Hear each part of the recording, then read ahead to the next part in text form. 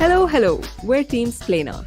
Welcome to an all-new episode of Press Decode, a weekly podcast where we take Splainer's mission to declutter the news one step further. Check out our newsletter for more stories. We've got a 1-month free trial for you in the show notes, so don't forget to take us for a free spin. But for now, just sit back, relax, and don't let the news give you the blues. I'm Vagda, your host for the day, and I have with me Prafula and Sara. As always, we have 3 segments for you. In our first segment, we're looking at the biggest story of the week, the arrest of Mohammad Zubair, who is the co-founder of fact-checking website Alt News. For the Food for Thought segment, we're talking about the accessibility and safety of abortions in India in context of the rollback of abortion rights in the US. And then in our final segment, we'll be roasting and toasting our fave and least fave items. Okay, let's get on with our big story. On Monday evening, Alt News co-founder and a vocal critic of the Hindutva right, Mohammad Zubair, was arrested by the Delhi police for a tweet from 2018. Let's start with who Zubair is. His claim to fame is basically his liberal-leaning fact-checking website Alt News and his Twitter account, which has about 600,000 followers, where he often shares clips highlighting right-wing violence and abuse of minorities. He was most recently in the news himself for a clip that he had shared of the then BJP spokesperson, Nupur Sharma, where she made hateful comments about Prophet Muhammad and Islam. The clip he shared went viral, and Nupur Sharma blamed him for creating a fake narrative and for the death threats she allegedly received after the clip went viral. This is the same clip that caused diplomatic furor against India in the Middle East. FIRs were filed against him for tweets in the same thread that called Hindu religious leaders hate mongers, and he was booked for promoting enmity and hurting religious feelings. These are the newer FIRs. According to Zubair, there are some 5 or 6 other cases against him too. One of the older cases is from 2020 when someone abused him on Twitter, and so Zubair posted a profile picture of this abuser, which also had a picture of this abuser's granddaughter, and where the child's face was blurred out. In response, the National Commission for Protection of Child Rights, which is the NCPCR, filed a complaint against Zubair for threatening and torturing this child for this picture. So, where he took the efforts to blur out her face, much unlike a lot of mainstream media. yes. Nice. Okay, I'm But anyway. it's sub this judice. case- We have no comments. Yeah, we have no comment. So Yeah. the Delhi police called him for questioning in that case. And when he showed up, he was arrested in this new FIR filed against him for a 2018 tweet in which he posted a screenshot of a scene from a 1983 movie called Kisi Se Na Kehna. He posted the screenshot with this caption: Before 2014, Honeymoon Hotel. After 2014, Hanuman Hotel. Hashtag Sanskari Hotel. Zyada mat haso, guys. So now, how was this tweet discovered? It's 2018 ka tweet. Na? Some Twitter user whose account, by the way, was created in 2021 retweeted this, asking the police to take action against him for hurting Hindu religious feelings. Oh, you So know, the that's- person who tweeted it out, that account doesn't exist anymore now on Twitter. Oh, wow. Even better. Yeah. Oh, How Oh, interesting wonderful. is that? Yeah. it was an anonymous account. Yeah. And that also he has deleted. Like, bro, anonymous tha. He could have stayed on. So that's all about the case. In the latest update, his bail was rejected, and on Tuesday, the court extended police custody for 4 more days. And there are lots of questions about this case. Why was he tricked into arrest? Can he be tricked into arrest? Is it legal? How come no other users who shared the image were arrested? How come Republic TV got a copy of Zubair's remand order before Zubair's lawyer got the remand order, etc., which are all valid questions, but too many to go into for one episode. So let's talk about what it really comes down to, and that is the status of freedom of speech, and especially that of press in India. So, talking about press, did you guys see the Indian Express front page recently? Yes. For those who haven't, there was a report about Zubair's arrest, and it was placed right next to a headline that said India is joining the group of 7 to protect the freedom of speech both on and offline. Really clever placement, if you ask me. Whoever is responsible for that, props. But it is also ironic considering the fact that India recently ranked 150 out of 180 countries on the Reporters Without Borders annual Press Freedom Index. This index, if for anybody wondering, looks at how governments treat the freedom of expression of journalists, news organizations, even internet users like you and I, and obviously in terms of how it deals with critical voices, etc. And Our government is always unhappy with our rankings, but decides that these indices, for some reason, exist to defame India. Last year, the INB minister called the methods that the RSF used to calculate these rankings not transparent and questionable. So I think it was last Sunday that Twitter came public with the fact that it said the Indian government had asked it to delete tweets that were about another press freedom rating from 2021 that came from Freedom House. Okay. So, I think since Zubair's arrest, which kind of overlapped with the release of these rankings, it really does drive home the point about the state of press freedoms in this country. I mean, even if Anurag Thakur disagrees, but he's also known for other speech himself. So I don't know. I just had to mention it there. But even in the case of Zubair, in this example, he was summoned for a particular case, like Vagda said, and then was slapped with completely different allegations. His lawyer has called these allegations factually wrong, number one, and number two, coherent malicious targeting. So, as much as this arrest is infuriating, sadly, it isn't a one off. There has been systematic crackdowns on media persons time and again. Previous governments have done it. Think back to like the emergency. But in recent times, the Modi administration has really been coming down very heavy handed on critical voices. In over the last year only, there's been over a dozen reporters who were detained for anything from espionage to seditious speech to money laundering. And in 2020, at least 67 journalists were detained across the country. Now, these arrests and detentions also include the reporters who covered Hathras, and also the Kashmir Wala's editor Fahad Shah comes to mind. And Shah was arrested, at least three different times, right? On different Mm. charges. He would be let out on bail, Yeah, the moment he got out, oh my god, it was like ridiculous. one after the other. Though this, like, again, obviously Fahad Shah's case was very, very consistent. That's the thing. They just filed so many FIRs. So they have a little buffet of FIRs. Like, oh, we can't arrest you for this. We will arrest you for this. And that's Mhm. exactly what they did with Zubair as well, if we actually look at it. Exactly. Frivolous or not, it was a buffet of FIRs. Yeah, to keep them in and out of either jail like Shah or in and out of police stations constantly. And, it's mental harassment at some point. But if we think about these cases, or even the case of Kashmir as a whole, where several journalists have been detained since August 2019, it really begs the question just who exactly is being targeted? Okay, so I am back on the train of we need to call this out for what it is, okay? But to set some context, like you asked, who is actually being targeted? If you haven't already noticed, more often than not, mainstream, and as it happens to be, journalists who write and report in English usually face like threat of FIRs, summons, and countless court hearings, but aren't necessarily thrown into jail or even detained, really. I mean, think Rajdeep, Sardesai, Vinod Dua, or even Rana Ayub.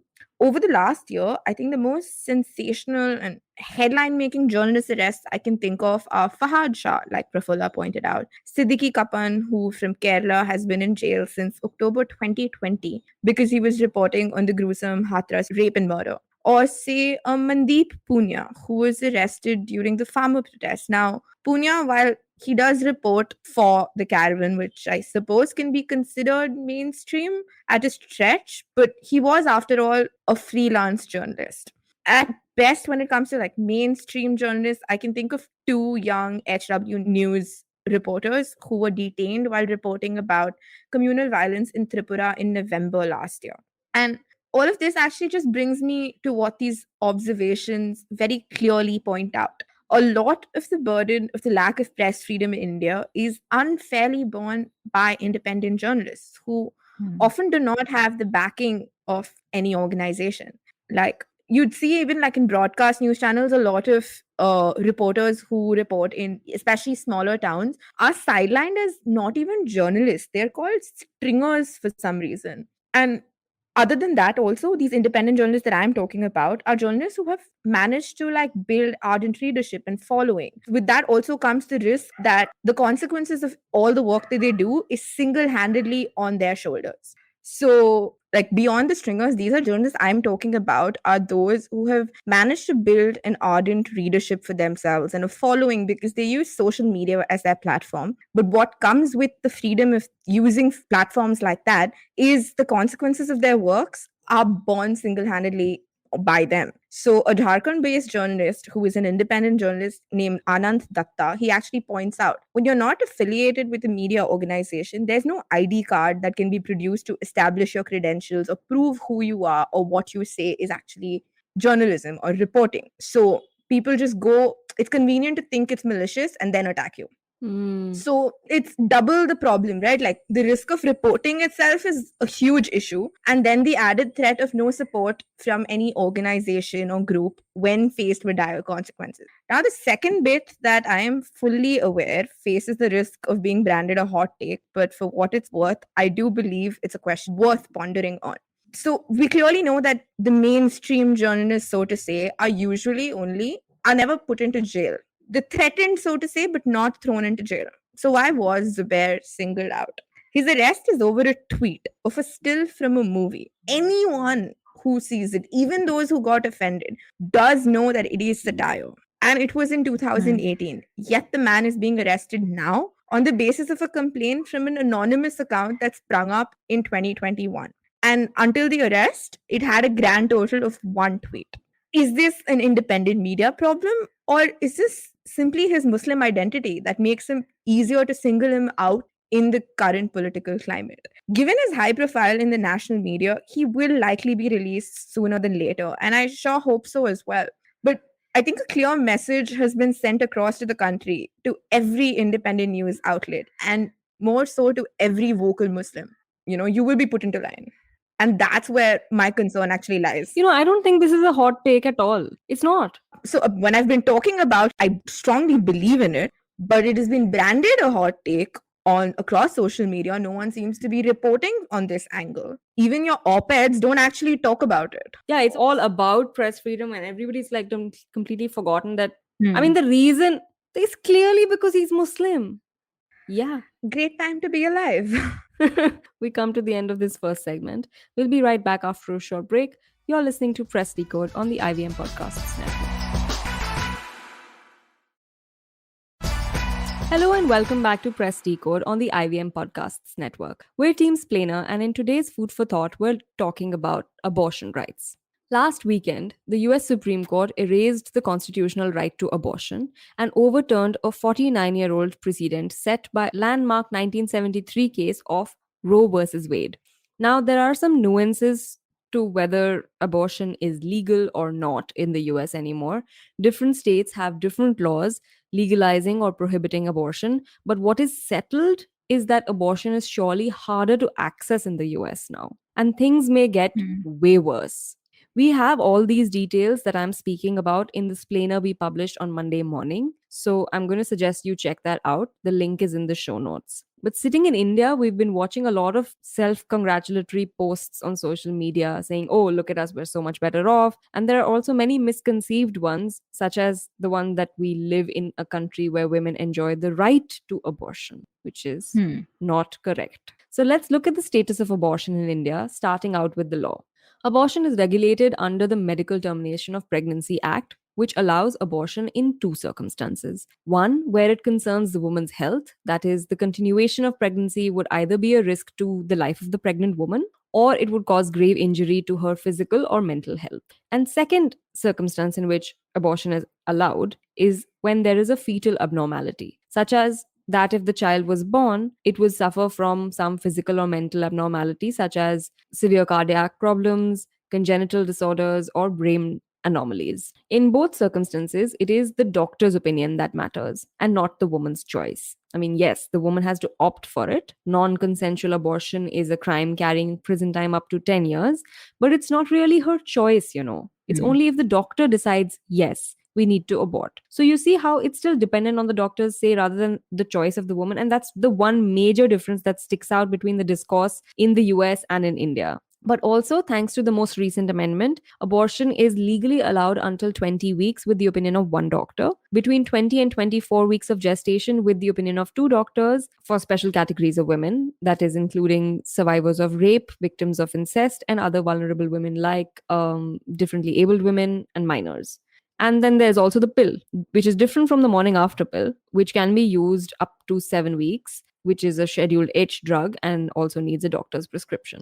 And this is the most progressive bit. The act allowed for married women to opt for abortion in case their contraceptive they use failed, as the anguish caused by such pregnancy may be presumed to constitute a grave injury to the mental health of the woman. Now, Hmm. this used to be married women. Now it's open to unmarried women too, because the act lists women and her partner, as opposed to what it used to list, that is, women and her husband. But now that's all about the law. Is the enforcement as easy and accessible as the law seems? Seems pretty progressive to me, other than the non inclusion of trans persons. I mean, before I get to that, I think it's important that we underline certain issues. Like you said, Vagda, induced miscarriage is a crime under the IPC. And because of that, the MTP protects doctors when they have to terminate the pregnancy. Second, specific terminations require multiple doctors plus a medical board to allow this abortion. But then, if they don't, you have to then approach the courts. The problem with this is moral policing runs deep even amongst medical professionals, right? So you could go to a doctor and they could still potentially disallow an abortion even if you have a so-called valid reason that is outlined in the law. But the thing is, for some women, it can even getting up to the point of going to a doctor can be so difficult because first there's a huge shortage of doctors in the country and the distribution is skewed towards urban areas, and it widens even more when it comes to gynecologists. Data from 2019-2020 showed that there was about a 70% shortage in semi-urban and rural regions. Because of this, setting up a medical board obviously is made more difficult because the board also needs about 3 members to actually constitute as a board. One of the articles that I read said that there is only one such board across Delhi, and that is in Ames. So imagine how far someone may have to travel to access a board if they live outside a metro city. And I think adding to all of that again is the fact that awareness limits accessibility. Because even if you don't think abortion is wrong and you need an abortion, some women may perceive it as a crime in the sense that it is not legally allowed. And this will then lead to unsafe attempts because you think no doctor will sign off on you trying to terminate a pregnancy. And similar to that, I found this very interesting that in Tamil Nadu, it is thought that stalking and selling the morning after pill is illegal. Not an abortion pill, but the morning after pill. It isn't, but there have been in restrictions apparently set by state officials that women cannot now get an eye pill, for example, in a pharmacy easily at all. In one case that I was reading, someone had to ask a friend who was traveling out of state to get them an eye pill. So it's again that places yet another roadblock in contraception or even safe sexual practice. The fact also is that the onus of looking at how viable a pregnancy is, do you want to keep your pregnancy, um, the awareness, everything is on the women.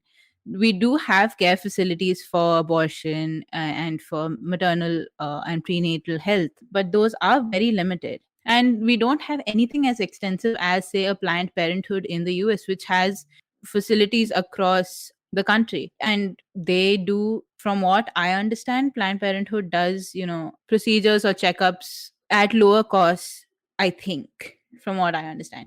And also, while we're talking about access, this quote from a TOI article is worth noting because it stood out to me so starkly. It says, when women were asked if they were allowed to step out alone, only 52% said they go to a health facility unaccompanied. Just 51% said that they had access to money they could decide how to use. And 20% said they cannot make decisions about their own health by themselves. So, I mean, that is all very stark and very, I mean, even it's stark for us also because we're sitting in places of privilege, right? But I think it's all also compounded by the fact that there is a very obvious overlap in the law that leads to a significant amount of uncertainty when it comes to certain aspects or certain sections of women. Hmm. Yeah, and I think I was more like, all of this aside, I was also shocked and equal part shocked, equal part fascinated at, sure, whatever, however you want to put it, about this huge gray area that we have with the legal framework when it comes to abortion in India. And not a lot of people actually know this. So, like we've pointed out, there are very few eligible medical practitioners as compared to the population of the country. So, that's woefully inadequate in any way. And beyond all this, they also face issues thanks to the obstacles that come with an overlap between the MTP Act, which is what governs abortion, like we've heard, and the mandates of the POCSO, which is the Protection of Children from Sexual Offences Act, and the PCP NDT, which is called the Preconception and Prenatal Diagnostic Techniques Act, which is what essentially criminalizes sex determination. Now, I'll explain how this plays out. So, PCP NDT was essentially passed in 1994, so after MTP, to ensure abortions aren't carried out at the whims and fancies of a woman or a couple. Basically, to say this is to avoid female feticide. And it also banned prenatal testing for gender. So, those are just the laws. Now that we know that, here's where things actually get tricky. First, with POCSO, Section 19 of the Act says any person aware of a minor engaging in sex has to report the matter to local police, even if it was a consensual act, as the law pegs the age of consent at 18 years.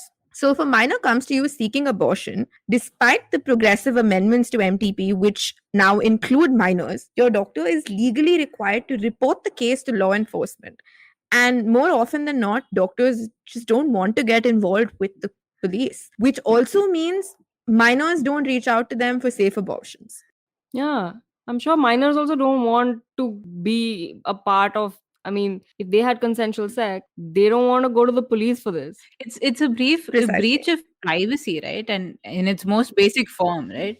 Exactly. And FII, the reason why minors were included in the last amendment was because it was found that a large number of them were the cross section of people who were approaching courts for permission to terminate pregnancies beyond 20 weeks. So it's not like the minors are magically going to stop having sex because you decide to have convoluted laws. Mm. You're just going to force Hmm. them into unsafe abortions. Now, when it comes to PCP entity, like I said, it criminalizes sex selective abortion. Sounds good. I mean, it is a problem in the country. But even I didn't think this one through. And clearly, our lawmakers didn't either. How is one to actually track these offenses if not by policing abortion data? Think about it. If a sex determination test shows up a male fetus and the parents decide to go ahead with the pregnancy, it is technically an offense, thinking with the assumption that they wouldn't have done it if it was a female. But the crime will never be detected because the crime only tracks violations through abortions. So, again, disclaimer, I'm not saying sex selective abortions are not an issue in the country. Data shows that most recent data shows that more than 2% of abortions in the country have been cases of female feticide. But it is also important to underline that at least 88% of all abortions in the country happen due to permissible reasons. Yet, 67% of all the abortions that happened have been unsafe. And that's what happens when you Hmm. have convoluted laws. I'm not saying that, sex selective abortions are a symbol of bodily empowerment. But at the same time, it is important that people are given the right of choice and you don't muddle it up in law. Yeah, I'm thinking like if the minor, for example, in this case, wanted the police to be involved, if they were abused, wouldn't they head to the police on their own? Why does a doctor need to be involved? Your guess is as good Yeah. as mine. Yeah. Okay, on that note, we come to the end of this segment. We'll be right back after a short break. You're listening to Press Decode on the IVM Podcasts Network. Welcome back to Press Decode on the IVM Podcasts Network. It's time for our final segment this week, Roast or Toast. Now, who wants to go in first? I have a least favorite item after so long. I'm almost nostalgic at this point. Welcome back. Thank you. Truly nostalgic. Anyway, keeping up with my alcohol theme from around, I think 2 weeks ago is when I was fangirling over Old Monk. This week, we found out that the hottest boozy trend in London is something, brace yourselves for it, called vegetable martinis. And no, this isn't your lowly Bloody Mary, which I hate with a vengeance anyway. But the fancy tomatini is instead made with squeezed ripe tomatoes with vodka, mixed with white balsamic vinegar and a pinch of salt and pepper. Other variations bizarrely also use avocados, mushrooms, or homemade fermented grass. Seriously, this probably comes from how they tell you that you're supposed to eat your fruits and juice your vegetables. She's Sarah's just definitely like one of giving those. me this bad look, okay? Deserved, honestly, Wagner. Thanks, Prafula. Because I only had one question. Why are people hell bent on ruining the few good things we have left? Like, anywhere they are few and far in between. That also now you want to make weird and horrible. Clearly, Vagda is for it. You have old monk now. Yeah, she can have her vegetable martinis and I don't know. Have I'm fun, not going to London dude. anytime. You can make your vegetable martini. I basically gave you the recipe. I will do that. I will try it Don't tell this me how it weekend. goes. Okay, fine. Let's go to my fave item this week, which has something to do with eyebrows. Hyperallergic traced the history of eyebrows in art because everyone was looking for that this weekend, weren't they? So all kinds of cultures have different beauty standards, right? Especially when there was no internet to have like one homogeneous global beauty culture. You go back into art and you'll see all kinds of different beauty standards and cultures and things happening across the world. Now, if bushy eyebrows are the in thing in the West, soon enough, subcontinent will hop onto that trend at this point, which I'm not at all complaining about because man, threading my eyebrows was so painful. I've fully given it up since this trend. Thank you very much. So, did you know that medieval Japanese, both men and women, would pluck out their eyebrows completely, drawing new ones an inch above? Then, in one of these styles called hikimayu, people would dip both thumbs in black pigment and then create mirroring prints far up on their forehead. Now, I know this is Hmm. about medieval art, and I don't want to hurt anybody's feelings, but I'm proposing a hypothesis if someone wants to research on it that Shin-chan's eyebrows came from this Hikimayu style, Yes. I right? see what you You mean. clearly thought long and hard about it. Yeah, it's just it took me a second and I'm like, there is some validity. Anyway, there are plenty more facts about eyebrows in art in this read, including Frida Kahlo and her unibrow. Yes, so check it out. The link is in the show notes. All right. So my fave this week is just plain wacky on all accounts. So earlier in June, two Chinese men were arrested on the India-Nepal border. When questioned, they said that they had been living with a friend in Greater Noida. And that's where things get interesting. This friend was another Chinese man. I like how What? things got interesting because you've decided nobody wants to go live in Greater Noida willingly. Nobody wants to go live in Greater Noida, man.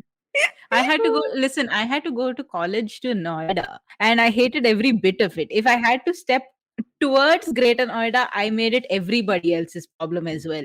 So Anyone who claims, oh, they're willingly living with friends in Greater Noida is enough of a red flag to make you want to investigate. exactly. That's what I'm getting. Make you want to Yeah. investigate. Nice. Clearly that is why police were like, oh, we must now look up this friend in Greater Noida. Why would you live there willingly? No, but this friend was this Chinese man named Xu Fei, and he had falsified his documents and was living under an assumed Indian name. And over the course of this investigation, the police discovered that Xu had been running an illegal club for years and it catered to mostly Chinese nationals. And what's more, this is a quote unquote luxury bar. Uh, this was like 3 stories big with 70 rooms in the middle of nowhere in some village in Uttar Pradesh. I don't understand. But my favorite bit about this is how Shu reacted to being interrogated by the police. This is from the Hindu article. It says, when the police interrogated Mr. Shu for 3 days, he hardly showed any sign of exertion. Perched on a plastic chair in a police interrogation room in Greater Noida, the police officers were amazed by his resilience. Even at night, after hours of interrogation, he was barely tired. He took quick naps sitting on the chair, but did not express any desire to lie down. It seems he is well trained to sustain interrogations. What was And happening at that bar? these guys had all these luxury items, and apparently there was so many. They had like fancy cars and all of that, but also like they were having parties, but they did not apply for a party license, did not have a liquor license. So very shady. None of the reporting is very clear on what exactly it is, but No, there's I a lot meant of like. that he's well trained to sustain interrogations. Is I what is don't think happening that at the is bar. from the bar. I think this man has previous history doing. I don't know. There's Sarah has a so much point. to No, unpack I here. have a theory. He has Yes. all this experience because he lived in Greater Noida. He can sustain anything that comes his way. There is peace and resilience. This is what comes when you live in that part of the NCR. You See, if he still was have being a bed to lie down. if he was being forced to live in Again, Greater Noida, I would see sense in your theory. But he was willingly there. So which this is man why is it's already. fishy or no? I'm telling you, this man clearly has Who is had willingly doing this? some experience to be like, okay, we will, some hardship he's had that he's like, okay, Greater Noida mein bar banayenge. Greater So- Noida is the key to all your answers. And that was our I show hope- this week. Yeah. Thank you so much for joining us on Press Decode. You can catch us every Thursday on the IVM Podcasts Network. And guys, please remember, don't let the news give you the blues.